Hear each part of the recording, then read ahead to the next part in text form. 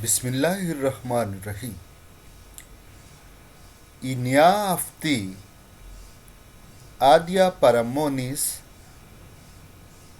εποχικές εργασίας έχει δυνατότητα ίσως από 1 έως 5 έτη, αλλά επιτρέπει μέχρι 9 μήνες παραμονής ανά 12 μήνων, με αποτέλεσμα να μην χρειάζεται να εκδίδεται κάθε χρόνο. Νέα εθνική θεώρηση για την είσοδο στη χώρα. Κάτι που στο παρελθόν έχει λειτουργήσει ως τροχοπέδι στην πρόσκληση εποχικών εργαζομένων, είπε ο κύριος Μεταράκης. Ανανεώνονται οι συμβάσεις ορισμένου χρόνου 221 υπαλλήλων που υπηρετούν στις υπηρεσίες υποδοχής και ταυτοποίησης. Θέσεις εργασίας που χρηματοδοτούνται από το εθνικό πρόγραμμα του Ταμείου Εσωτερικής Ασφάλειας. Οι εν λόγω συμβασιούχου υποστηρίζουν τη λειτουργία 32 δομών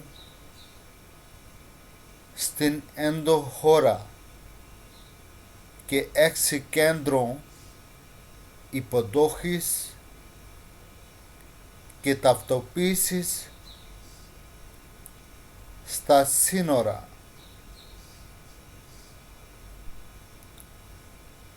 Καθώς και τμήματων της κεντρικής υπηρεσίας της, είπε ο Υπουργός Μετανάστευσης και Αζύλου. Παρατείνεται η ισχύς συμβάσεων εργασίας αρμοδιότητας του Εθνικού Οργανισμού Δημόσιας Υγείας. Η παράταση των εν λόγω συμβάσεων κρίνεται αναγκαία για την ολοκλήρωση του προγράμματος ολοκληρωμένη επίγουσα παρέμβαση υγείας για την προσφυγική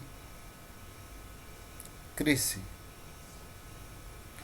το οποίο αφορά σε ένα ολοκληρωμένο τρόπο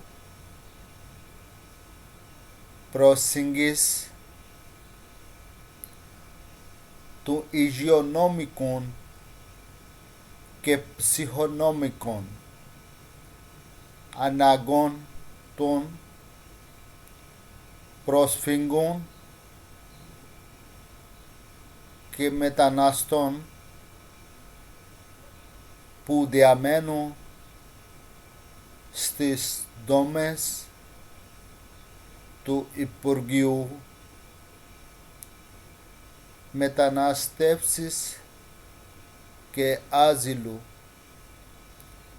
είπε ο κύριος Μετανράκης.